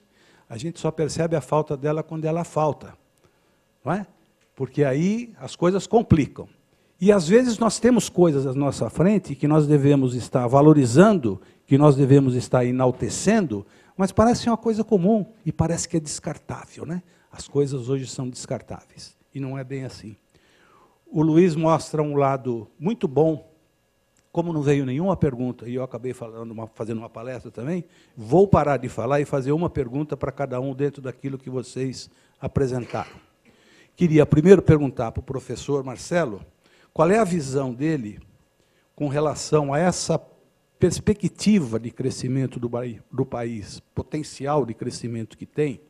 Como é que ele vê isso no futuro, considerando hoje um recrudescimento das coisas onde o Brasil conseguiu um espaço internacional anos atrás, que hoje não tem, fruto de N coisas que deixaram de ser consideradas do ponto de vista internacional pelo nosso governo? Como é que você vê isso em termos de futuro, de curto prazo, da perspectiva do Brasil, em termos do cenário internacional? Difícil a pergunta, né? Desafiadora. Eu acho que tem alguns aspectos para a gente considerar. O primeiro deles é o fato do ambiente político-econômico, né? Então, acho que o ambiente político-econômico hoje é o desafio. Eu não quero tirar o brilhantismo e o otimismo que o Luiz colocou, mas, de fato, a gente está vendo que esse ano é um ano difícil de crescimento. Os indicadores têm mostrado isso. E, sobretudo, o que a gente começa a perceber conversando com colegas que estão em outros lugares, já havia uma tendência, um sinal, a partir de 2012, de que o Brasil começaria a perder espaço no ambiente internacional. Isso eu falo não só de produtos e serviços, mas, sobretudo, de investimentos em alguns setores. Tem setores que vão muito bem, a gente tem que fazer alguns paralelos, mas tem outros que vão mal, né? E talvez o que hoje nos preocupe, um deles é justamente o setor da indústria, em geral. Se nós olharmos, hoje eu recebi de um colega da Fiesp os dados da balança comercial brasileira. É o pior resultado que a gente tem nos últimos 15 ou 16 anos. Então, isso é um indicador difícil. E aí eu vou pegar um gancho do Luiz. A gente cresceu muito pegando essa carona das commodities, bem colocado, sobretudo para a China. Então, quando eu penso no ambiente global, eu estou olhando para o cenário doméstico. O cenário doméstico qual é? O brasileiro está cada vez mais endividado, todo mundo está com o bolso mais apertado aqui, o custo de vida está aumentando e o ambiente econômico não favorece, além da questão política, que eu não vou entrar aqui nessa seara. Então, existe uma dificuldade nesse campo. Internacionalmente, se a gente pensa na dependência que o Brasil tem da China, é um cenário também preocupante, porque a China está desacelerando. Tudo bem, cresce a 7% ao ano, é muito se eu pensar em 1 bilhão e 300 milhões, pensando nos 10 trilhões de dólares, que é o tamanho dessa economia, mas a gente não pode ficar na mão. Acho que um outro dado é mostrar, e aí pegando também um gancho, um paralelo no que o Luiz comentou, a gente precisa ir para valor agregado. a nossa indústria precisa de investimento. A presidente tem uma reunião programada para os Estados Unidos, justamente para impulsionar um lado que o Brasil pode explorar mais, que é justamente o lado dos manufaturados, com valor agregado. Então, acho que essa é uma das questões que a gente pode pensar. E, olhando um pouquinho para o futuro, né, acho que esse ano talvez seja o ano do ajuste, como todo mundo está colocando, para, quem sabe, voltar a crescer para 2016 e por aí vai. Eu também sou um otimista de carteirinha, mas a realidade está mostrando um cenário difícil de demissão em vários setores, da indústria brasileira que perdeu competitividade no cenário internacional em geral. E quando a gente olha justamente para um caso da China, é um erro pensar que os chineses só vendem produto barato. Era assim no passado. A China está entrando numa cadeia global de valor e de valor agregado que já supera em muitos dos nossos setores. Então, eu acho que assim, uma das mensagens é: a gente precisa diversificar, né? A gente precisa explorar essas oportunidades que a gente falou aqui. A gente precisa entrar mais no mercado internacional, não olhar só para a China, mas olhar para os Estados Unidos, olhar os americanos voltaram a crescer economicamente, né? Então, olhar para a América Latina, quem está crescendo na América Latina? Peru, Chile, Colômbia, México, que pega uma carona também com os Estados Unidos, e por aí vai. Então, acho que tem um tempo de recuperação. Agora, por outro lado, quem viveu aí década de 80, 90, etc., também sabe que as coisas são cíclicas. Isso eu sempre comento aí com os nossos estudantes também. Quer dizer, não tinha lá, hoje a gente não tem 1000% de inflação, sei lá qual é o índice que a gente estava falando lá atrás.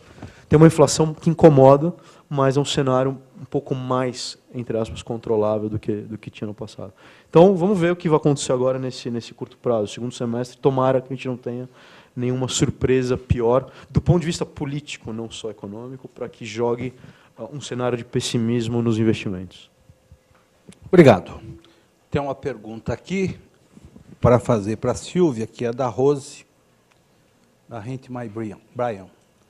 A ferramenta apresentada pela Silvia, como pode ser acessada? Eu acrescentaria o seguinte: qual é a origem desse estudo? Isso é um trabalho de pesquisa que foi feito pela Berlitz? Como é que esse estudo foi gerado? Ouvido em vários países? Como é que cruzou dados? Na verdade, essa ferramenta é baseada em vários diferentes antropólogos com diferentes linhas de antropologia, que foi juntado por americanos há 30 anos atrás. Foi fundada essa empresa nos Estados Unidos, chama Training Management Corporation, que foi comprada pelo Berlitz há 5, 6 anos atrás. Como que ela pode ser acessada? A gente tem um portal que ela é culturenavigator.com, ou então mas pode tem falar acesso. Se você ela não é aberta, ela não é aberta. Você compra uma licença de uso e essa licença de uso fica válida para você por 1 ano. Só queria complementar, porque a gente, dentro do curso de Relações Internacionais, nós fechamos 200 licenças nesse ano, justamente para proporcionar para os estudantes de RI essa visão que a Silvia comentou. Ou seja, como é que eu preparo melhor o profissional para navegar nesse ambiente internacional? Falar o idioma não é mais o elemento, talvez, importante, mas os códigos culturais, as diferenças de negociação. Quer dizer, minha experiência pessoal, desculpa, só complementando, eu acho que para mim foi mais difícil trabalhar com a Colômbia do que trabalhar com os Estados Unidos e com o Canadá, não é? Talvez aquela coisa que a gente brinca, negociar com a China requer um esforço enorme. Com o Japão talvez seja diferente. Então, é aí que a gente vai. Então, a gente tem trabalhado nesse sentido de olhar os códigos culturais, as diferenças de negociação por país e por aí vai. O ponta direita entrou, o lateral esquerdo escorregou, aí o sujeito cruzou e também o goleiro escorregou, e eu não posso deixar de botar a bola dentro do gol. São 200 licenças que a SPM tem, então quem quiser estudar na SPM poderá ter acesso a essas informações no curso de Relações Internacionais. Mas tem que negociar com a gente.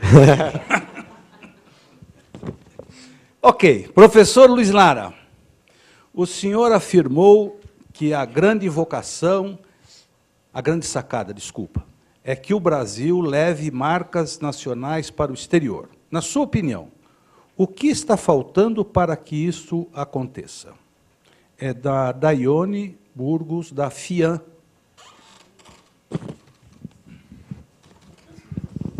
Daiane, eu acho que está faltando visão estratégica, porque nós, como sempre tivemos um mercado interno grande, olhamos sempre para dentro, não olhamos para fora. E a indústria brasileira, bem falou o professor Marcelo aqui, perdeu competitividade e precisa investir mais em inovação, pesquisa e empoderamento para poder agregar valor em produtos manufaturados. Gente, todo mundo fala do Vale do Silício. Tem a velha economia e tem a economia do Vale do Silício. A Avis vale 7 bilhões e o Uber captou outro dia 4 bilhões porque foi avaliado em 40 bilhões. Então, o Uber vale 40 bilhões de dólares e a Avis vale 7 bilhões de dólares. Agora, aqui em São José dos Campos, ali no Vale do Paraíba, que disseram que depois que aboliram os escravos e a cultura cafeira caiu, não tinha acontecido mais nada de bom, em 1942 surgiu o ITA. Nós estamos aqui na academia. Olha a importância de uma academia. E o ITA fez surgir um ambiente em São José dos Campos que fez a Embraer. A Embraer hoje é a melhor companhia aérea de jato regional do mundo. Na categoria dela, é líder. Foi feita no Brasil, por brasileiros. Então, é disso que se trata. É criar ambientes como um dia foi criado na década de 60, lá no Vale do Silício, na Califórnia, e isso mudou a economia americana. Tem a velha economia e tem a nova economia. Os salários da velha economia, me desculpem, não vão se recuperar. Agora, os salários da nova economia, que não é salário, porque o Conselho de Trabalho mudou, não é carreira, é ocupação, não é emprego, é fazer coisas, esse vai cada dia remunerar melhor, porque é capitalismo de valor compartilhado, é o capitalismo do futuro, e o professor Marcelo, que estuda aí, sabe falar melhor do que eu sobre isso. Falta essa visão no Brasil. Porque se fizermos em São José dos Campos em 1942, por que nós não podemos fazer em 2015? Tem o Porto Digital em Recife, tem iniciativas que podem se desenvolver, sim. Os governos precisam ponderar. Se ponderar isso, criar riqueza, e não é necessariamente por dinheiro, não é subsidiar, é criar uma legislação favorável para criar um ambiente de negócios menos burocratizado, porque é a burocracia que mata a inovação. Então, é por isso que o Brasil exporta pouca marca.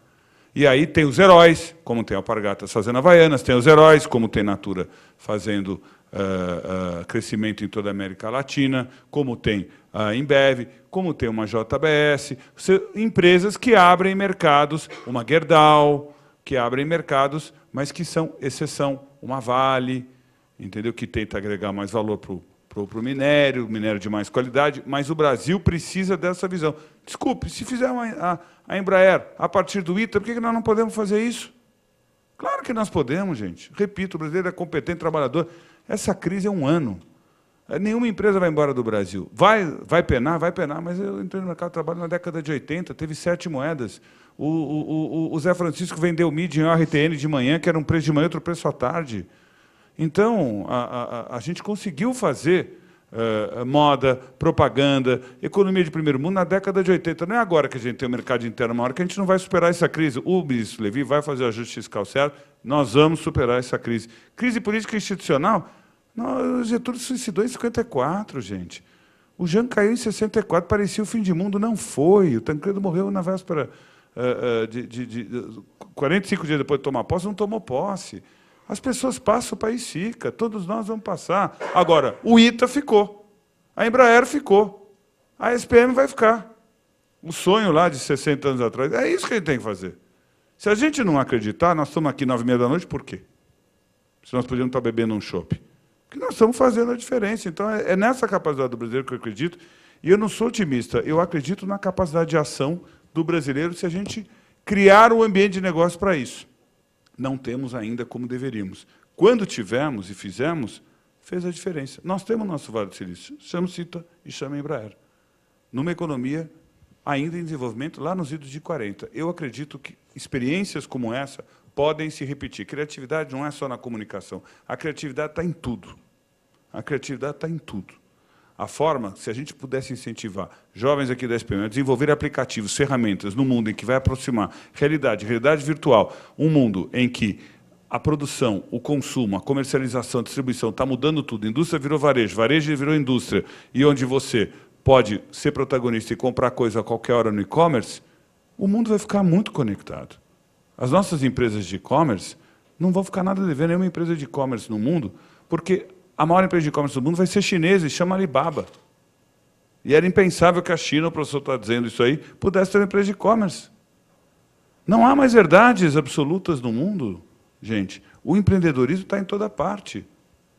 O Eduardo Saverin, do Facebook, é brasileiro. Ele foi o angel investor daquela história.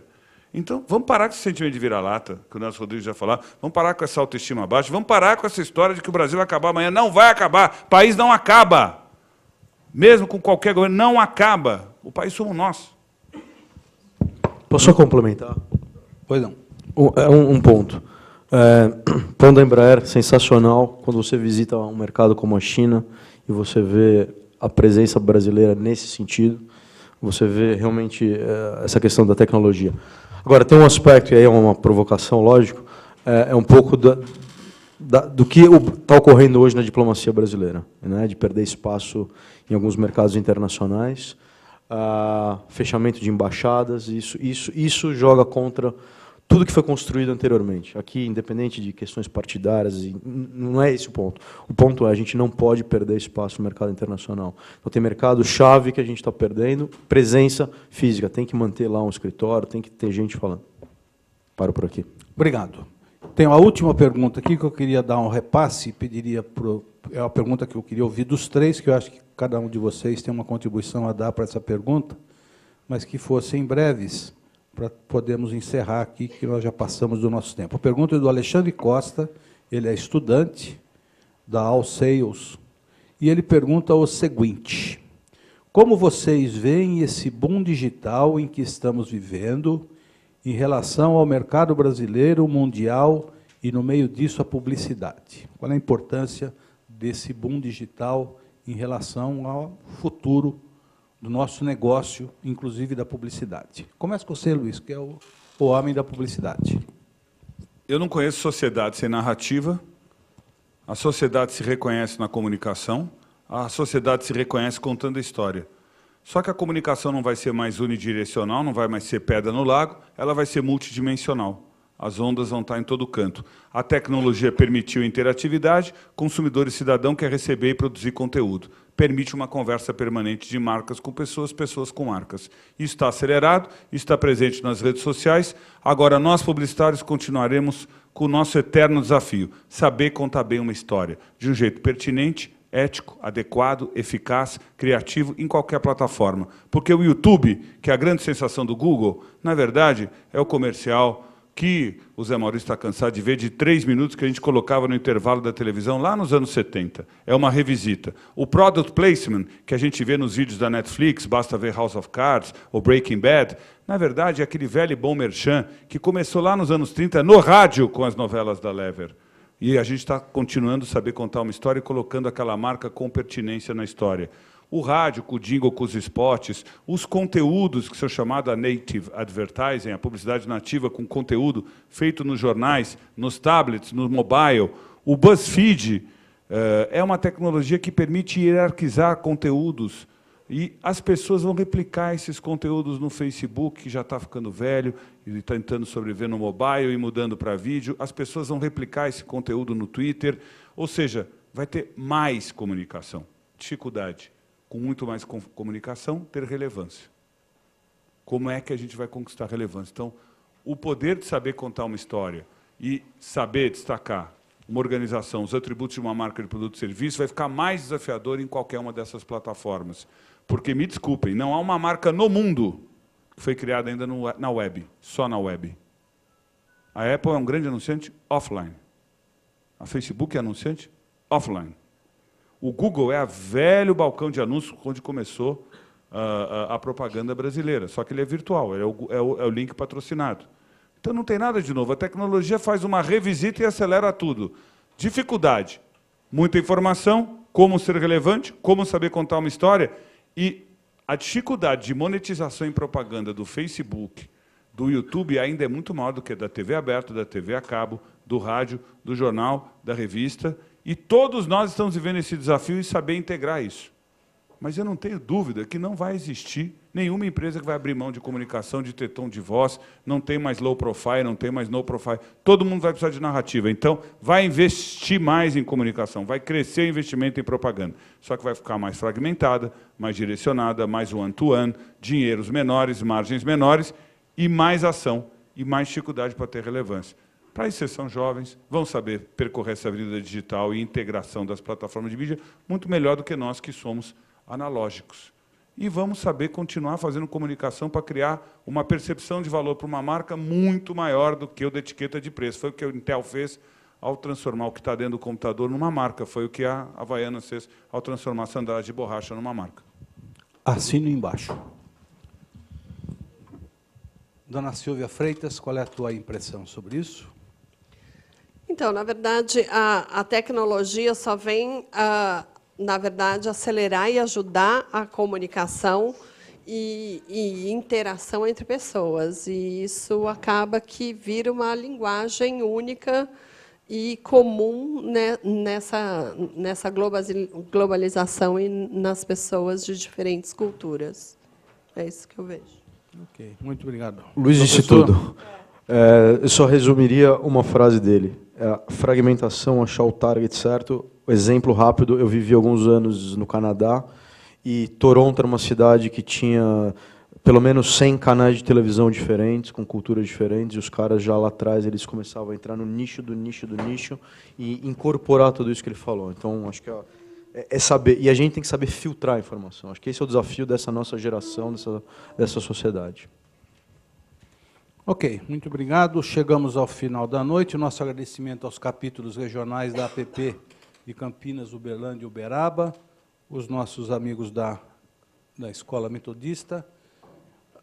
Queria encerrar essa noite fazendo duas colocações. O primeiro, um agradecimento sincero à contribuição desses três brilhantes profissionais que deram, acho que, uma contribuição muito grande para esse assunto tão debatido, que é a comunicação na globalização.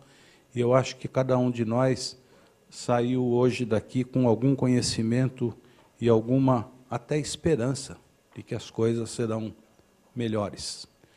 E o segundo registro é um registro triste, mas não posso deixar de registrar, porque nós estamos aqui, como o Luiz falou, estamos 9h30, 10 horas da noite, discutindo coisas importantes como essa, que fazem a diferença e o crescimento profissional de pessoas. E hoje faleceu uma dessas pessoas, amigo nosso, Daniel Barbará, que durante muitos anos fez uma brilhante carreira como profissional de mídia, como presidente do grupo de mídia, e muito cedo Daniel nos deixa, mas deixa um recado, nessas horas que eu procuro sempre extrair o lado bom desses momentos difíceis.